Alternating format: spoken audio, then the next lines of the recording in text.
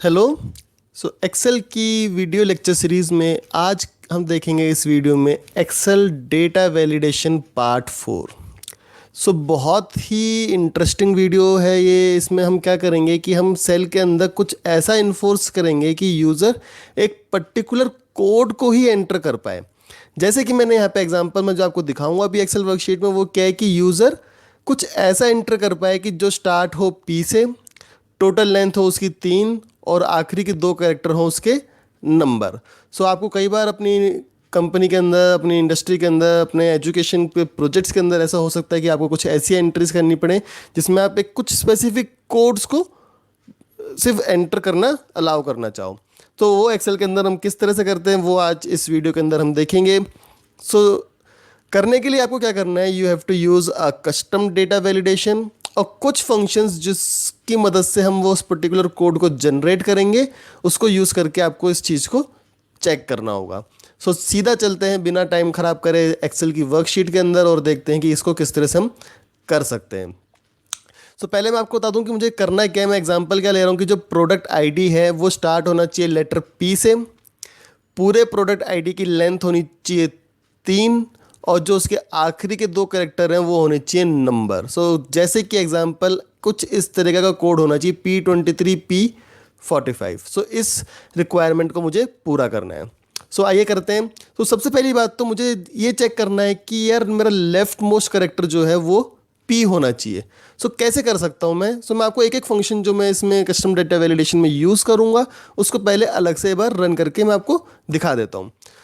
Suppose मेरे पास एक इस तरह से है, पैम मैंने नया नाम लिखा हुआ है। मैं चाहता हूँ कि मुझे इसका सिर्फ और सिर्फ लेफ्ट मोस्ट कैरेक्टर P मिल जाए।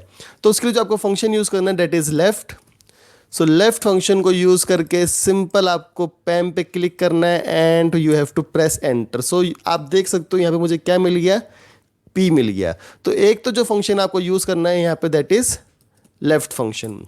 ठीक है, देन हमें क्या चेक करना है कि टोटल लेंथ 3 होनी चाहिए। मुझे क्या करना है, मुझे अपने प्रोडक्ट आईडी की लेंथ निकालनी है। उसके लिए जो फंक्शन यूज़ करना है that is len function, LEN। Simple मैंने इसको यहाँ पे क्लिक किया तो देखो मुझे इसकी लेंथ मिल गई। Length means number of characters that is PAM3 मिल गया। दैट मीन्स एक फंक्शन मुझे यूज़ करना है यहाँ पे length function. Then I have to use a function जो मुझे राइट मोस्ट के 2 कैरेक्टर निकाल के देते हैं। तभी तो मैं चेक कर पाऊंगा कि जो राइट मोस्ट के 2 कैरेक्टर्स हैं वो मेरे नंबर है या नहीं है।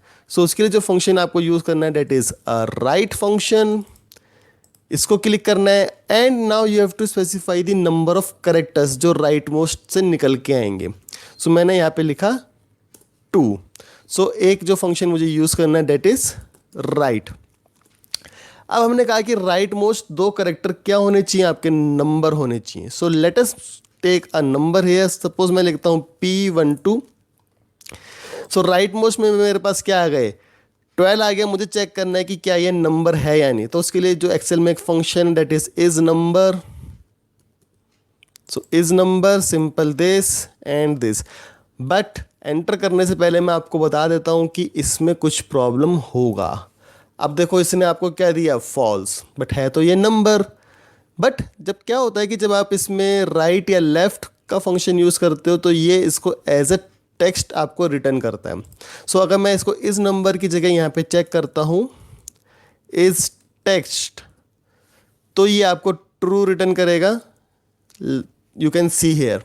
बट मुझे इसको चेक करना है कि क्या ये नंबर है या नहीं है। उसके लिए हम क्या कर सकते हैं, we can use a function जिसको हम बोलते हैं वैल्यू फंक्शन। कैसे करेंगे, इज नंबर, इसके अंदर एक और फंक्शन हम लिखेंगे वैल्यू एंड इसके अंदर ये वाली वैल्यू हम देंगे and then we will check whether it is a number और नॉट। एक और आपने यहाँ पे चेक करना है, इस नंबर फंक्शन आपको यूज़ करना है और इस नंबर के साथ आपको फंक्शन जो यूज़ करना है डेट इज़ वैल्यू फंक्शन। ठीक है, बेसिकली ये आपको यूज़ करने हैं functions to create a data validation, जिसमें कि हम कह सकते हैं कि प्रोडक्ट आईडी हमारा एक पर्टिकुलर कोड की तरह हम लिखेंगे। Let us start writing the data validation part. Range select कर ली मैंने यहाँ पे। Then go to the data data validation, and in the data validation you have to choose this as custom. allow में आपको custom choose करना है because हमें एक function लिखना है. so let us write a function. अब देखो हमें क्या करना है, हमें इतने सारे फंक्शंस को यूज़ करना है. सो बेसिकली हमें क्या करना है, फंक्शंस को मर्ज करना है किसी तरीके से. सो यहाँ पे जो हम मर्ज कर रहे हैं वो हम यूज़ करेंगे एंड लॉजिकल ऑपरेटर का. ठीक है. सो सबसे पहली बात तो लेफ्ट. अब लेफ्ट किसका, इस वाले पर्टिकुलर सेल का, हर एक में इस वाले सेल का जो लेफ्ट मोस्ट है. जैसे कि आपका A7 हो गया, then A8, A9, A10 and so on. So A7 जो है आपका, that should be equals to what, that should be equals to P, जो हमने रिक्वायरमेंट अपने एग्जाम्पल में ले रखी है कि जो लेफ्ट है वो P होना चाहिए. कॉमा सेकेंड फंक्शन क्या लिखना है हमें यहाँ पे, लेंथ. टोटल लेंथ कितनी होनी चाहिए इस पर्टिकुलर सेल की, टोटल लेंथ हमने कहा था इस पर्टिकुलर सेल की होनी चाहिए 3.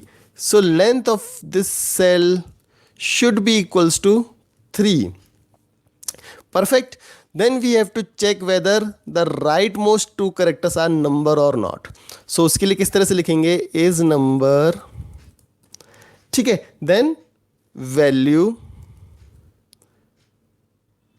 देन किसकी वैल्यू, सो राइट से कैरेक्टर्स निकाल लो. So right of this comma 2 characters निकालने हैं. सो 2. सो राइट फंक्शन बंद किया, वैल्यू फंक्शन बंद किया एंड सो ऑन. तो सिंपल यहाँ पे हमने इस तरह से लिखा है. And input message, error message. So there may be some problem. Actually जो ब्रैकेट्स होते हैं उसमें प्रॉब्लम हो जाती है कई बार. So that's it. सो अब यहाँ पे देखो हम कुछ एंटर करने की कोशिश करते हैं. इससे पहले मैंने लगा P12. सो सही है, P से शुरू हुआ, टोटल 3 लेंथ है और आखिरी के 2 करेक्टर नंबर है, कोई प्रॉब्लम नहीं है. अब मैं डालता हूँ एक गलत. सो मैंने डाला C12, पहला P नहीं है, तो देखो इसने एरर दे दिया मुझे, पहला P नहीं है. So let us try, P से स्टार्ट करते हैं, लेंथ को रखते हैं अब 2. सो मैंने डाला P1. सो लेंथ वाला जो कांस्टेंट हमने डाला है उसको मैं वायलेट कर रहा हूँ. सो अगेन देखो यहाँ पे इसने एरर दे दिया. Then let us right P1A, मतलब कि जो आखिरी के 2 हैं वो मैंने अब नंबर नहीं रखे हैं. सो अगेन आप देखते हो यहाँ पे ये सही नहीं दे रहा है. अब आप और भी वेरिएशंस ट्राई कर सकते हो. जैसे मैंने लेंथ को 4 कर दिया, अगेन एरर. सो अब हम क्या कर सकते हैं, हम सिर्फ और सिर्फ इस तरह के हम कुछ कोड्स यहाँ पे एंटर कर पाएंगे. So this is how you can force an Excel cell to have a particular code as per your requirement. So ये था सिंपल पूरा वीडियो जिसमें मैंने आपको बताया कि किस तरह से हम इन फंक्शंस को यूज़ करके या और भी फंक्शंस जो आपकी रिक्वायरमेंट के अकॉर्डिंग है एक्सेल में ये फोर्स कर सकते हैं किसी सेल में एक पर्टिकुलर टाइप के कोड्स को ही हम एंटर कर पाएँ. सो अगर आपका वीडियो अच्छा लगा है तो आप प्लीज़ मेरे चैनल को सब्सक्राइब कीजिए, वीडियो को शेयर कीजिए अपने दोस्तों के साथ, और मैं आगे भी आपको इस तरह से एक्सेल की टिप्स एंड ट्रिक्स और ट्यूटोरियल्स के वीडियोस लाता रहूँगा. Thank you so much for watching the video. Thank you.